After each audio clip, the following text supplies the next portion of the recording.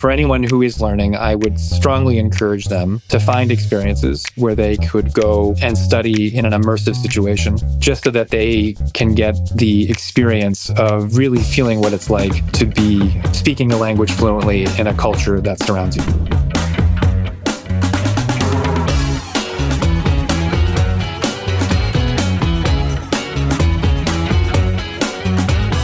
This is the You Can Learn Chinese podcast. For everyone who's trying to learn Chinese or reaching for the next level, you came to the right place. I'm your host, Jared Turner, and I think mimes are making a comeback, but nobody's talking about it. My co-host is John Pasden, who's out for this episode, and his Myers-Briggs personality test results were TLDR. We've got a most excellent interview today with our special guest, Alexander Brose. Let's get to it. My name is Alex Brose. I am currently the president and CEO of the Royal Conservatory of Music in Toronto, Canada. And for those of you who don't know about the Royal Conservatory, it is a national institution that has a campus here in Toronto, where I am now seated, or standing rather.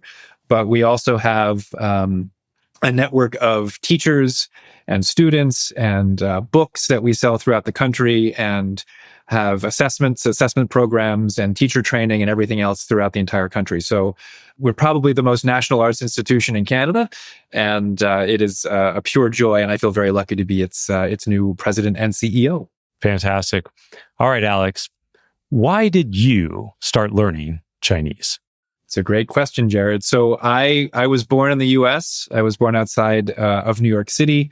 And at the age of 7, my father, so this is 1983, I just dated myself, but my father, who was a banker working for JP Morgan, wanted something different for the family. A lot of his friends were going off to Europe to work in Amsterdam or London or Paris, and he wanted something a little bit, off the beaten path. And so we were granted the incredible opportunity to go and move to South Korea. So I lived in South Korea from the age of 7 until about 10 and a half, 11 years old. It was a fascinating time to be in South Korea. It was under military rule at the time, for example, and lots of demonstrations at the nearby university that was next to my school, the Seoul Foreign School. And we had an amazing 3.5 years. I wouldn't change it for the world. I actually ended up being on Korean television for some strange reason. I was really kind of a child actor, if you will, teaching Korean kids how to speak English through music. Wow. And so from a very early age, I kind of saw the importance of language, I suppose, but also the importance of music as an educational tool beyond the beauty and the creativity that it represents. Did you learn some Korean at that time? Interestingly, not as much as I would have hoped. I think in 1983 to 86, they weren't really offering Korean study in the school that I was in until I think 5th or 6th grade. And I left in the middle of the 5th grade. So I didn't get Korean exposure. I mean, I heard Korean all the time. My friends were mostly Korean. And so I can say terrible things in Korean, but I don't know how to speak much of it at all. Even if I had learned the alphabet, I think it would have been something that I would have pursued, right? And I say that given the kind of differences between the Korean written language and the Chinese written language, which of course we know is does not really have an alphabet. Yeah. Anyway, so about 3.5 years, 4 years into my time in Korea, my dad was offered a new opportunity in Hong Kong. And so off we went to Hong Kong. And Hong Kong, after living in Seoul in the mid to late 80s, was like moving to Disney World. I mean, it was just... Really? Oh my gosh. It was just, I had the freedom as even an 11 or 12-year-old to get on a double-decker bus and go into Central and go to Kowloon with my friends and ride the Star Ferry. And it was at the Hong Kong International School that I was given the choice of studying either Cantonese or Mandarin. And I chose Mandarin. And I kind of haven't ever looked back. It was an amazing opportunity to learn the language, albeit one where it wasn't the language I was hearing around me. Obviously with Hong Kong being a Cantonese speaking at the time colony of England. And so, but nevertheless, I loved it. I loved the characters. I loved the tonal aspect of it. As a musician, I thought that was kind of cool. And ended up studying there for 2 years at the Hong Kong International School. Fast forward, in grade 7, we moved back to suburban New Jersey. Oh, okay. Yeah, and I took 2 very uninspiring years of French because that is what they offered. right? Gotcha. Well, then, but I know this is the bridge then. This is the bridge, right? So you had the experience there in Hong Kong. Yeah. Moving back to New Jersey. Yep. A couple years of French. And are you still in high school now, or you? I'm about to enter high school, right? Okay, about to enter high school. So okay. My freshman year, grade 9, in Ridgewood, New Jersey, it became, I knew even before I got there, Ridgewood was one of the first public school systems in America, let alone New Jersey, to offer Chinese. Wow. So this was 1989, 1990. And given that I had had these 2 really incredible years of learning Chinese, I wanted to do it. I was just like, perfect, let's do this. Yeah. There were maybe 6 or 7 kids in my class. And we had this phenomenal teacher named Lucy Lee, who's kind of become a legend in the Chinese teaching world. And her reputation was just unbelievable, so much so that she left after my sophomore year, after grade 10, to create the ACT, the achievement test in Chinese. Wow. That sounds like a great opportunity. But anyway, I took 4 years of Chinese in high school. And after Lucy left, after Li Laoshi left, we had a kind of a substitute teacher who came in during lunch. And so I was taking Chinese during lunch, and it was not ideal. It just simply wasn't ideal. And so I kind of lost speed with it. But when I was applying to colleges, I knew that I wanted Chinese in my life in some way, shape, or form. I was considering being an Asian studies major, which I became. I didn't choose Cornell. I was luckily accepted into Cornell. And had just the most incredible time studying Chinese at Cornell. Well, Alex, I'm going to dig into this a little bit. Okay.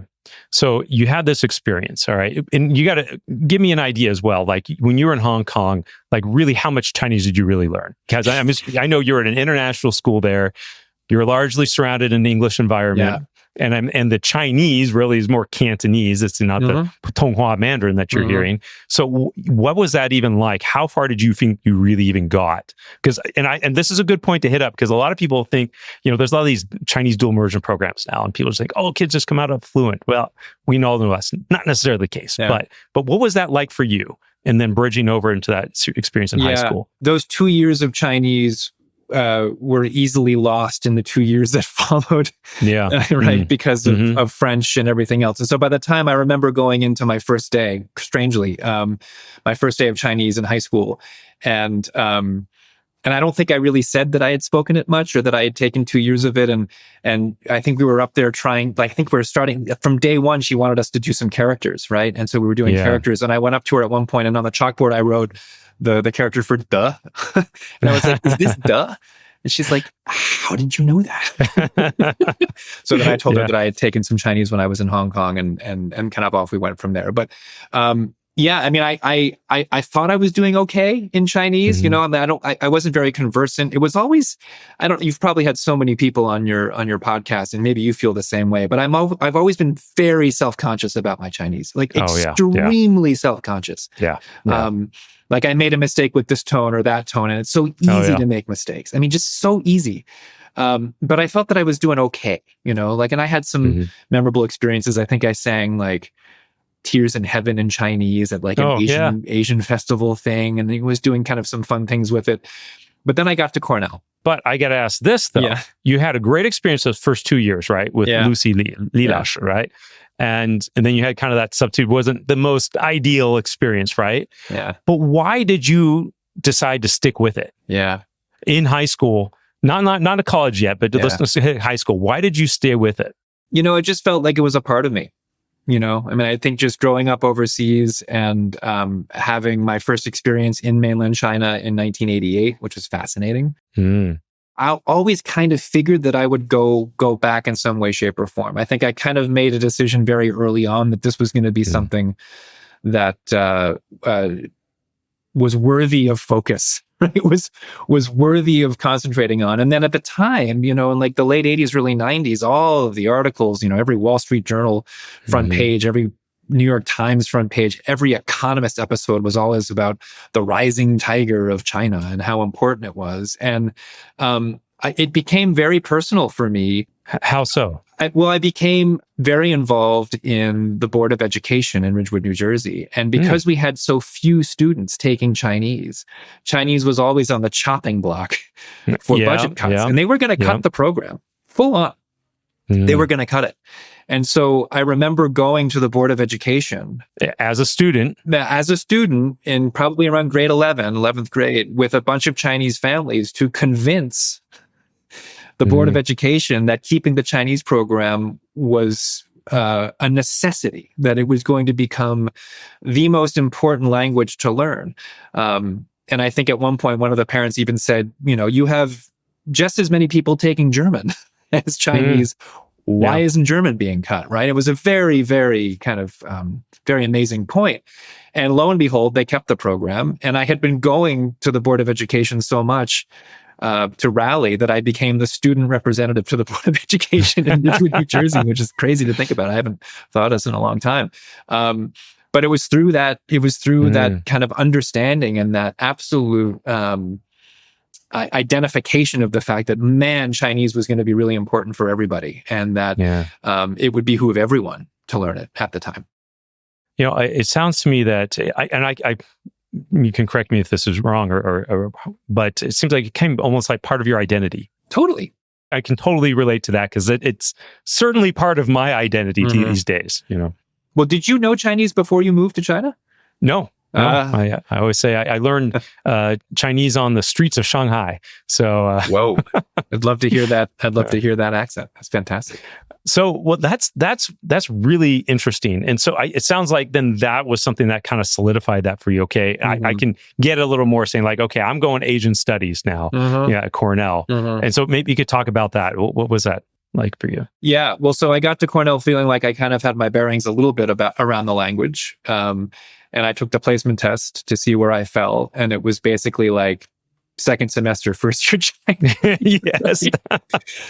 And that only fed my insecurity, basically, about... It's that thing we always know, our Chinese is never good. So no. I don't think we'll never be fluent. But anyway, so second semester Chinese, right? Well, so I just started from scratch. Wow. And the teacher there at the time, and maybe this name has come up over your history as in this podcast, but it was a phenomenal pedagogue named Julian Wheatley. I think I know that name through some other. I'm involved in a lot of, education thing for the dual immersion programs around the U.S. Right. So I think I've heard that name. Yeah. And Cornell at the time had the Falcon program, which was totally immersive. Like, so you could go in for an entire year and take nothing. I think it was 14 or 15 credits per semester for an entire year of nothing but Chinese.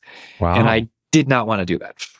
Wow. I had too many other interests, right? But I was expecting you to say, and I did it. No, yeah. No, you did not. You know what? I probably should have, right? I mean, I probably should have, but I didn't. I had other interests and I didn't want to focus on it in that way. I think I thought that maybe I would in a year to come. You could only do it one of your first 2 years, I believe.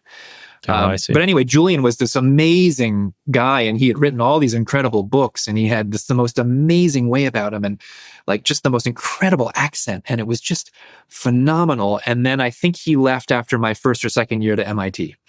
But my professors were amazing. At the time, it was there were not a lot of Chinese studying at or teaching even at Cornell. There were not that many mainland Chinese studying or teaching at Cornell, beyond, I think, maybe even the language department, right? So I had these wonderful, wonderful teachers. All of my teachers at the time were from Beijing.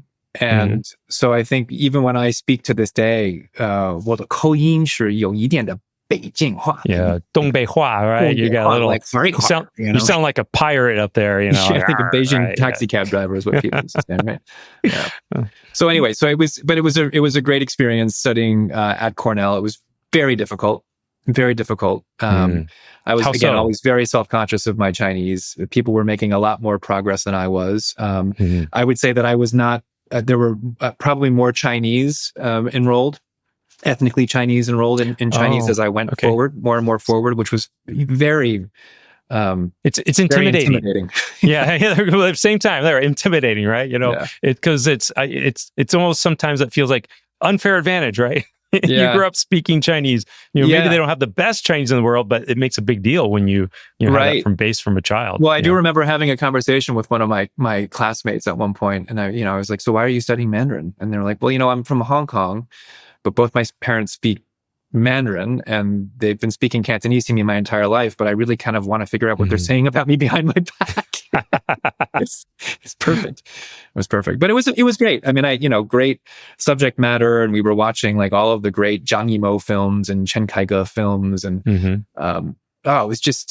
was terrific. It was a wonderful experience at a wonderful school. I also know you're a musician, right? So I assume that was the focus of your education, and I don't even know what your musical skills are. So maybe you could enlighten us a little bit. I was a singer. I was in the opera studio. I sang in the Cornell University Glee Club, which is the oldest student organization at Cornell. I was in its a cappella subset called The Hangovers, which is it was a great group. And I joke when people ask me what I studied at Cornell. I said, I was an Asian studies major with a concentration in China, which is true, but I was kind of more of a musician than a student, for better or for worse. I was really focused on music and focused on singing for a lot of it. And I think my Chinese suffered as a result of that, to be honest. Well, how did your Chinese progress during this experience at Cornell?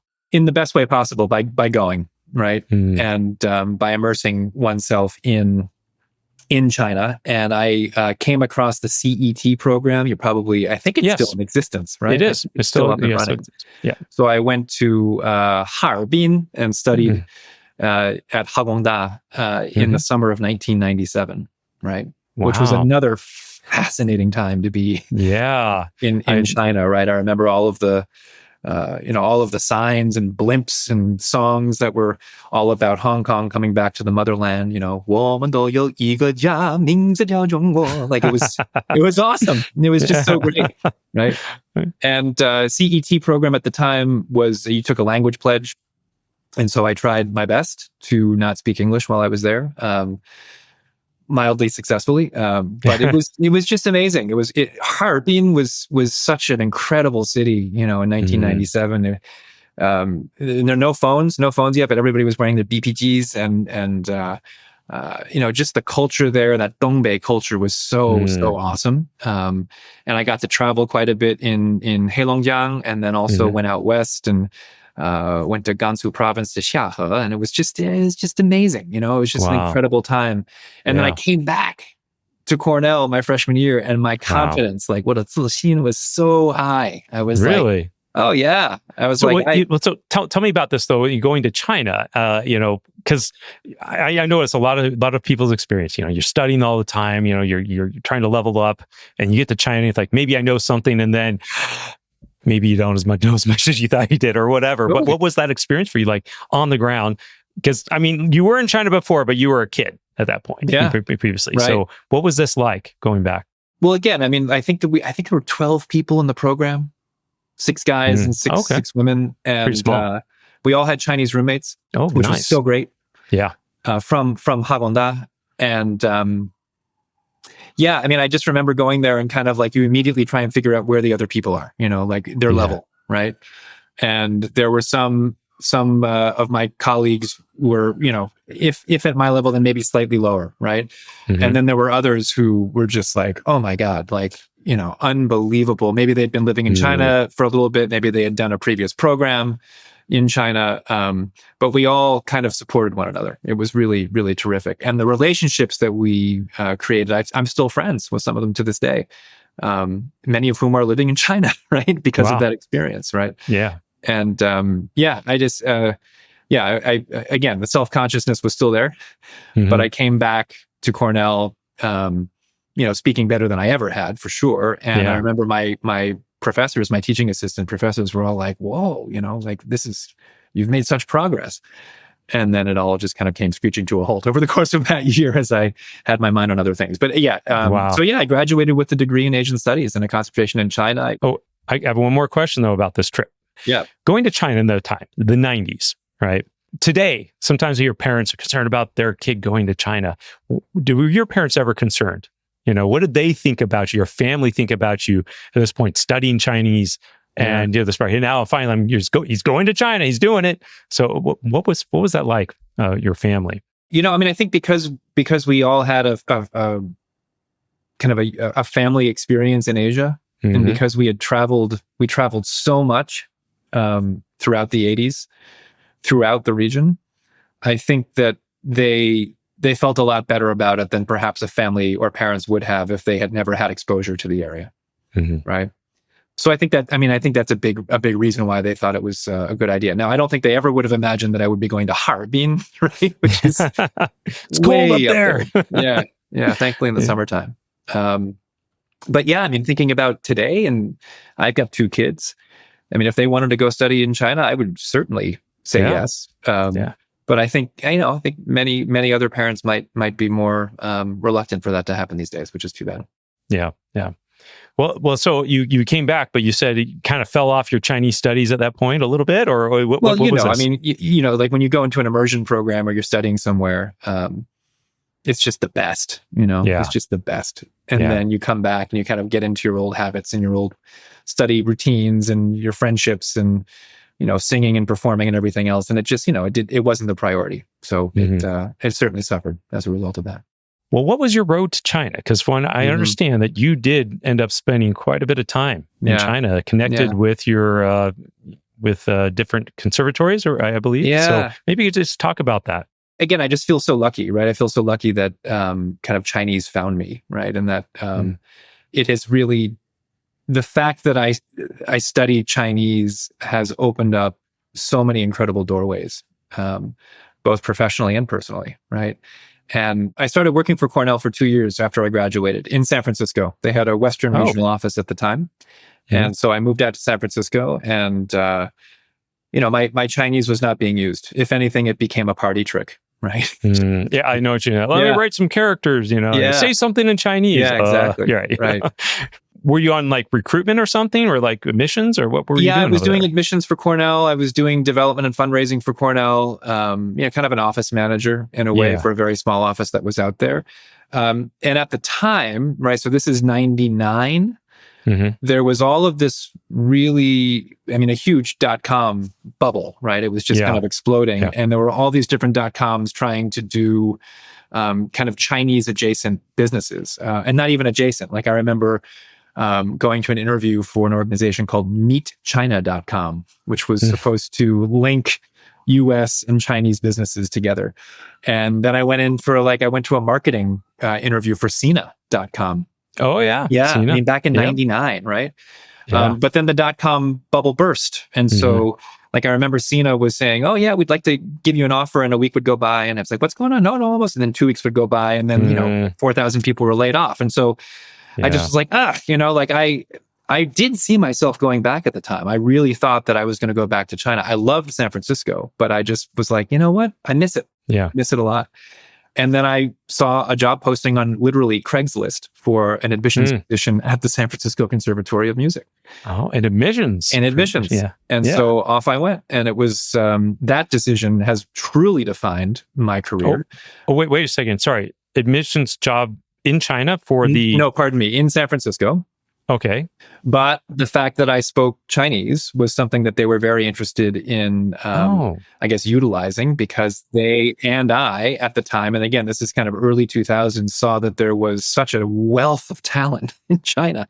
Yeah. Beyond, right? And so building an admissions approach to China became one of my priorities. And it wasn't done through like going and looking for students. It was more going and looking for relationships, right? And building those relationships with the various conservatories in China. So I started working very closely with the Shanghai 音乐学院, the Shanghai Conservatory of Music, because both San Francisco and Shanghai are sister cities. It's the oldest sister city relationship between the US and China.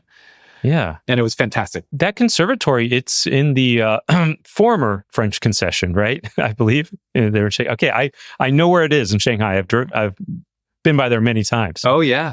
No, it's an amazing, beautiful area down there. Yeah, it's an incredible school, right? Doing amazing things with, great older facilities and newer facilities, and wonderful faculty. And my faculty in San Francisco was so interested in collaborating with other faculty over in China. And then we set up, myself and a wonderful colleague of mine who I'll talk about later, became co-curators of this chamber music festival between Shanghai and San Francisco. So we were bringing students and faculty back and forth.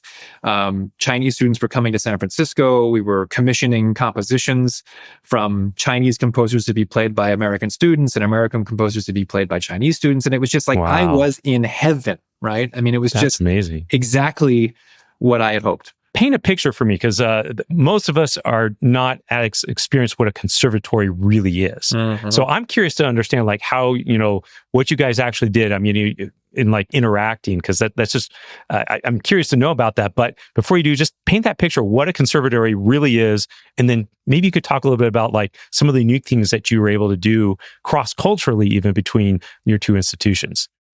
So a conservatory is a school of music, right? A conservatory specifically tends to be often an independent school of music, perhaps not connected to a larger institution. That's not always the case, right? So larger institutions have schools of music, University of Michigan, for example, Indiana, USC, Northwestern. But conservatories tend to be much smaller and, again, not affiliated with another organization, and they provide degrees in music, at least at the collegiate level. They often have pre-college divisions for kids who are super talented between the ages of 8 and 18 in the community, who are maybe pursuing a conservatory education or just using music as a tool to learn and to become better humans. And then usually community schools, things like that, adult learning, that kind of thing.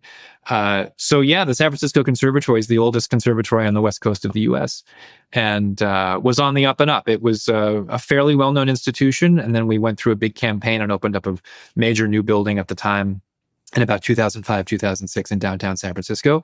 And that kind of put us on the map, and it allowed us to recruit more students globally who would want to come into San Francisco and study at this remarkable facility close to Symphony Hall, close to the opera. So yeah, the conservatory world is niche world for sure, but it's any orchestra, any opera company, any chamber music group, any chamber symphony, any composer, any concert pianist, they typically went through a conservatory program and got a degree or many degrees in music. Interesting. Okay. Thank you. Thanks for painting that picture. Okay.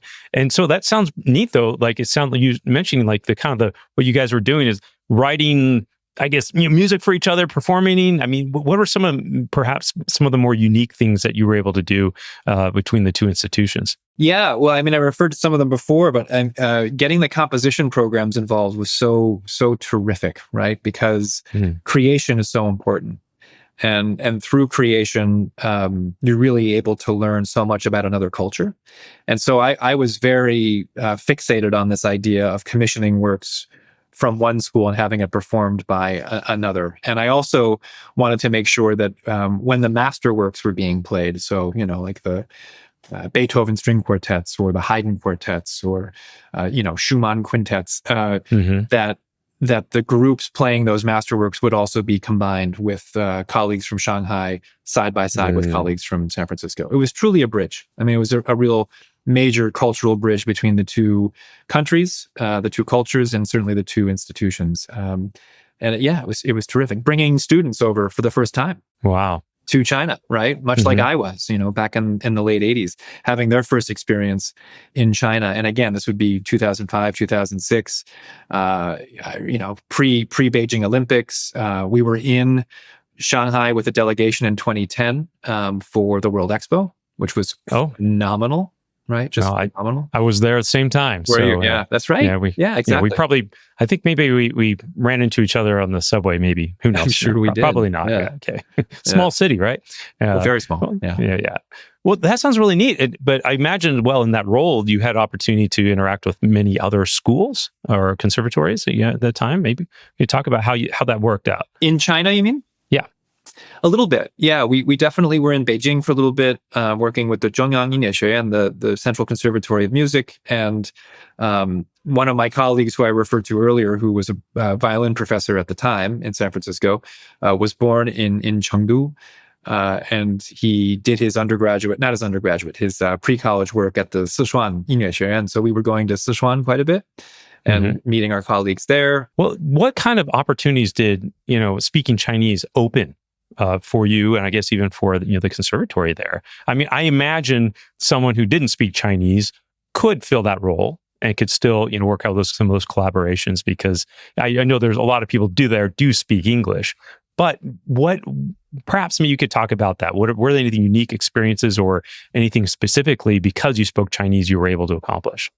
This collaboration with Shanghai was so terrific, right? And I had my first son, and we were living in San Francisco, and it was very expensive, and we were looking for another opportunity, and I was able to get a job as a chief fundraiser for the Aspen Music Festival and School in Colorado. And I think we chose the place that was possibly the only place more expensive than San Francisco. But hey, we went. We had a larger space to live. We were in absolute paradise. And I continued to actually maintain the relationships that I had made in San Francisco in China with the then president and current president of the Aspen Music Festival and School, to see if we could kind of create some collaborations in that way, like I had done in San Francisco. And things were going great. And then right after my fifth year in Aspen, I got a call from Juilliard, from the Juilliard School in New York. Yeah, well, who had heard famous a little bit. Yeah, who had heard that I spoke Chinese, that I had a lot of experience in China, that I had been in music administration my entire career, and would I be interested in submitting an application to be the inaugural executive director and CEO for the brand new Tianjin Juilliard School, which they were building in China. Wow. And so 150%, if I had not had my Chinese experience, none of that would have been possible. I mean, just never, right? And in fact, I mean, I was, I felt like a bit of a unicorn, right? I felt like everything I had worked for professionally boiled down into this opportunity for me to go to China, hopefully, and to build an institution from the ground up, albeit one that was associated with the Juilliard name and the Juilliard brand, and to create culture, to create a Juilliard culture surrounded by one of the most interesting and oldest cultures in the world. Wow. So yeah, I mean, long interview process, but then off we went. And my family and I moved to China, to Tianjin, in September of 2017. And wow, yeah, it was just an unbelievable experience. And going back to my self-consciousness about Chinese, I had been using it a little bit, but when I got there, it was like, oh my God, all the time. All the time, and it was like being back in Harbin in 1997. It's like a lot of stuff started coming back, and I'm sure people on your podcast have said that learning any language or speaking a language again after a long time away kind of feels like riding a bike, right? Yeah. And it did, to a degree. I mean, a lot was lost, but I gained so much in my 4.5 years in Tianjin. It was just amazing, not only professionally and personally, but also just my own Chinese. It's terrific. Well, I'm really curious to hear about this experience. So, like, when you got there, was like the whole institution, like, I guess, legally incorporated? Was it all set up, or were you starting from absolute scratch, like, or was it just no students? Like, tell me where that was, and then what you had to do to kind of get things going. There was not even a hole in the ground for the building. I was the first employee to land on the ground, expat employee to land on the ground in China. The first of, one of 4 initial hires.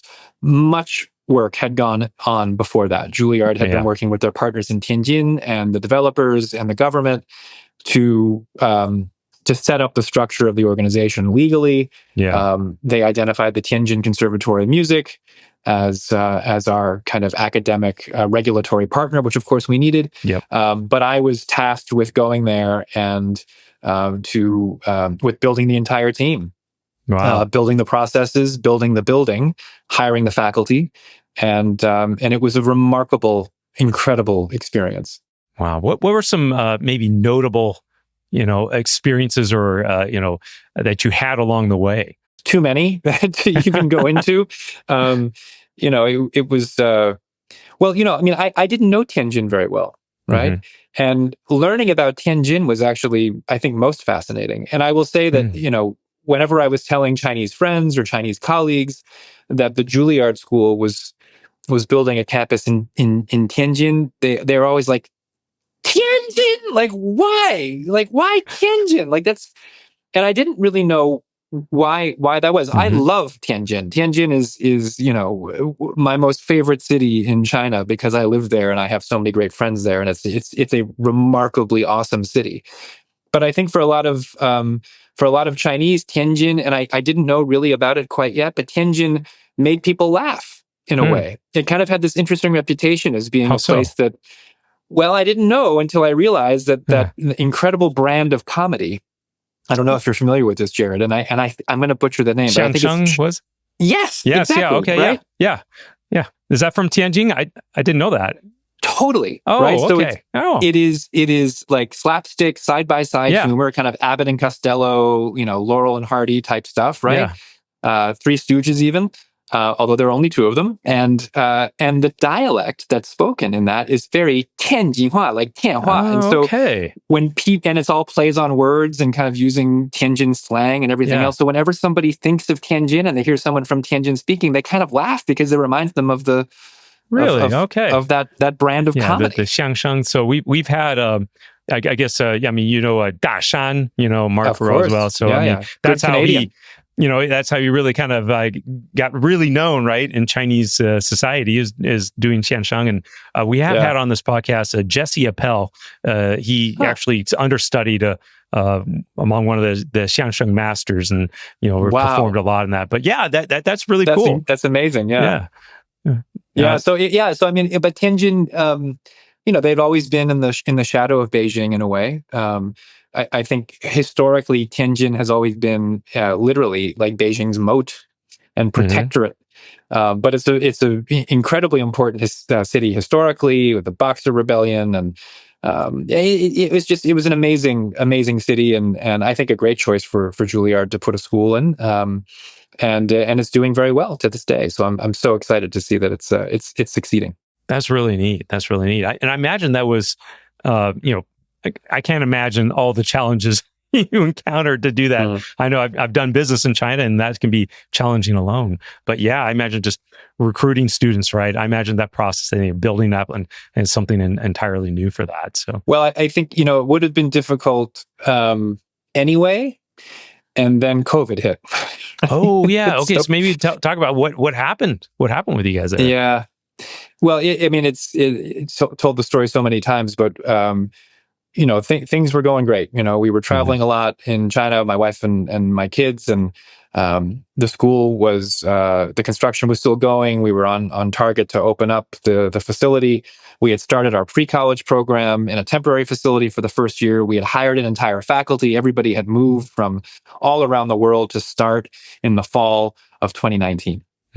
And we had, big opening ceremonies and wonderful support and attention from the press. And then in mid-January of 2020, we had our annual New Year's party.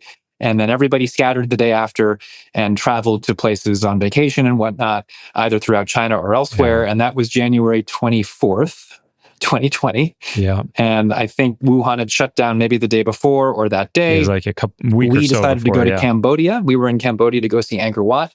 And within the first 24 hours there, I was, getting phone calls at all hours of the day, either from New York or from Tianjin, from our partners saying, shut down. Wow. And so we shut down the entire program. And within 4 days, my kids' school, the International School of Tianjin, sent out an email saying that they were closed for the entire rest of the semester. Oh my goodness. And so we were sitting in, at this point, Singapore, wondering what to do. And if the kids weren't going to be back in school, where were we going to go? Yeah. And I know for reference, this was right over the Chinese New Year holiday. That's exactly right. Yeah. I was there. I left China. That was like January 21st or something. So I was there on a trip though. So I wasn't living there at the time, but anyway, go on. We got a wonderful email from a friend of ours in the Bay Area in San Francisco saying, we're seeing all these crazy stories about China. What's going on over there? Where are you guys? We have a house in San Francisco if you need it. We're like traveling for the next 3 or 4 months, keys under the mat, ask no questions. And so we left. We took off from Singapore on February 2nd. And my wife and kids have never been back to China. Yeah. Wow. That's hard. It's super hard, right? Yeah. Because they had to give up. Well, they didn't say goodbye to their friends. They didn't say goodbye to It's the like, apartment. see right? you after the new year. Nope. Totally. Yeah. And so we got back to North America. We crisscrossed the continent, seeing my wife's family in Vancouver, my family in Florida. I was in New York a lot for Juilliard. And then we got to New York the week of March 8th. Mm-hmm. And that's when everything went right in the world. Yep. And we ended up going to a house that my family owns in upstate New York. We thought for 3.5 weeks. And 3.5 years later, we moved to Canada. But during that time, for the first about 1.5 to 2 years, starting in, basically September of 21, when they reopened the borders for employees of the Tianjin Juilliard School, I went back and forth to China 3 times, doing all the quarantines and the flying out of San Francisco's and the blood tests and just the anxiety of it all, right? I mean, I spent 24% of my time between September of 2020 to September 2021 in quarantine. Wow. It was I know it was quite onerous at the time. There's a lot of people went through some of the tough experiences there. Wow. Well, I think, Alex, stepping back on all this, I'm curious to know your perspective on, you've seen students, musical geniuses, if you will, right? Here in the States and in Canada, and you had the opportunity to interact with many of those students, and like in China. What are some of those unique aspects maybe you've seen, from Chinese students, and maybe some of the those, maybe could be cultural, could be maybe sometimes talent in different areas, but maybe you just kind of illuminate us a little bit on some of your perspective on that. Dedication, discipline, right? Commitment. The ability to problem solve, the ability to achieve a goal, the desire to be assessed, right? The desire to kind of have check-ins, to know how you're doing. These are all things that I have seen within specifically the Chinese community, not only in China, certainly, but also here in Canada and throughout North America and throughout the world. The classical music industry, the education industry, in many ways, depends on the Chinese community continuing to hold music in a high enough stature that people want to pursue it and to learn.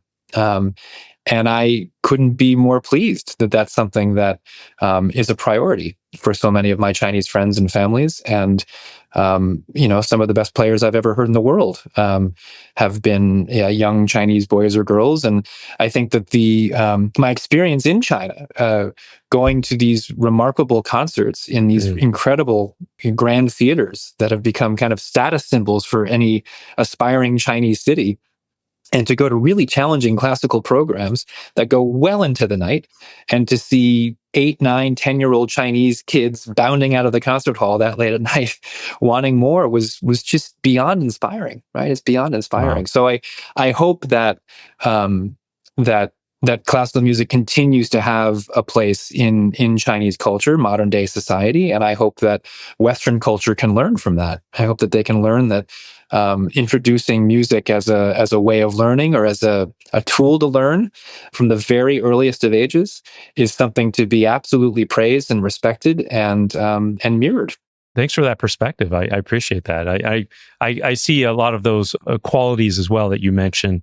I think they filter out from Chinese culture in general. And it can be applied in a lot of areas. But definitely, I think many people have seen videos of young prodigies, of playing, wonderfully, whatever instrument they're performing with, and so that's really neat. I'm sure you've had a front row seat to a lot of that. Oh my gosh, yeah, and it's a great seat for sure. I love it. Alex, maybe you, also like in your experience here, you're a musician, a vocal musician, right? Yeah. What are some of the historical connections maybe you've seen in music? I give in classical music down to even modern Chinese society. Maybe you could talk about that. There's a documentary that was nominated, and maybe actually even won the Oscar in the 80s, called From Mao to Mozart. And it's a documentary about the great American violinist Isaac Stern going back to China, or going to China after it, opened up kind of in the late 70s and early 80s. And he goes to the Shanghai Conservatory of Music, and he works with all of these young kids who had just started learning their instruments, being taught by teachers who, chances are, were not able or allowed to teach those instruments for a good stretch of time in Chinese history. And there was this overwhelming interest from Chinese children and their parents to learn Western classical instruments, violin, cello, piano, etc. And this documentary is so special because it shows Isaac Stern riding on the green trains, going through the countryside of China, going into the Shanghai Conservatory of Music, working with all of these incredible students and their teachers, wearing the gigantic jackets, and it was just an amazing documentary. And one of the children that he works with later became, and is now currently, the first violinist of the Shanghai String Quartet.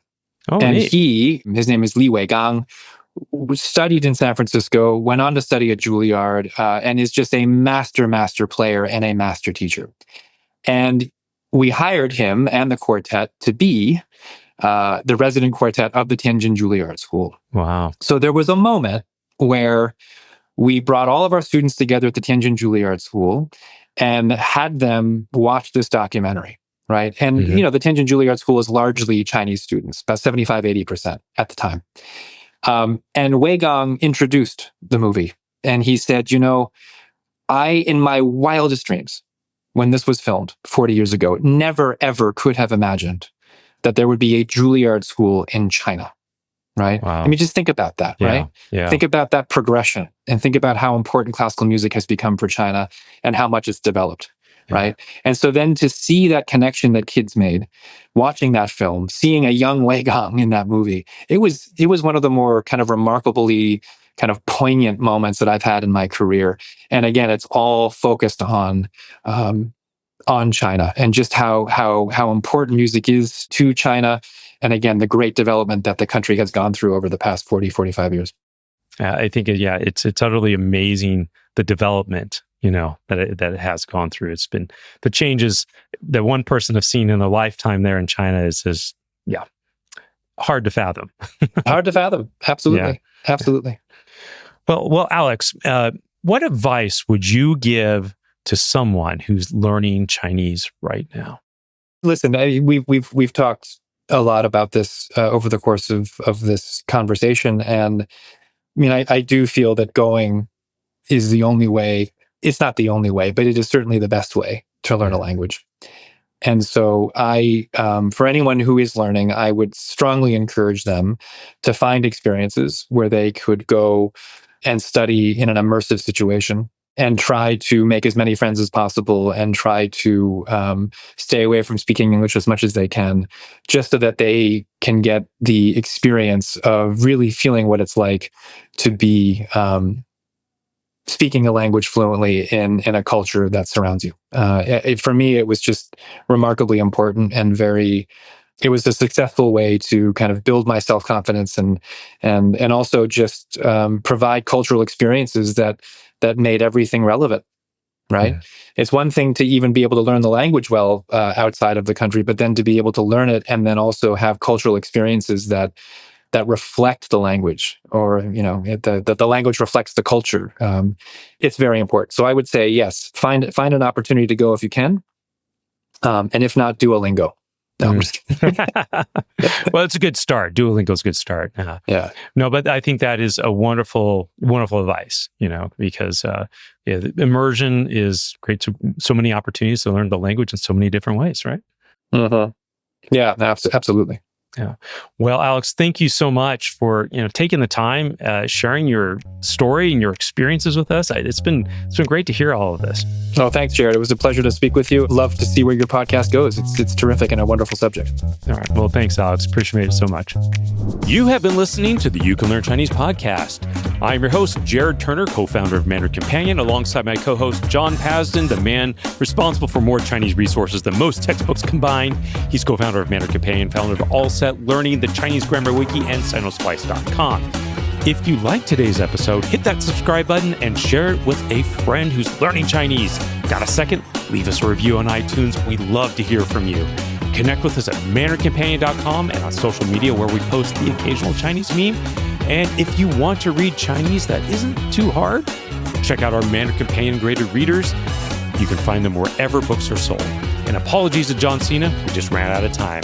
The You Can Learn Chinese podcast is produced by myself, Jared Turner, and edited by Jasper Chua. A big thanks to our special guest, Alexander Brose, and of course, thanks to my co-host, the man, the myth, the legend, John Paston. See you next time.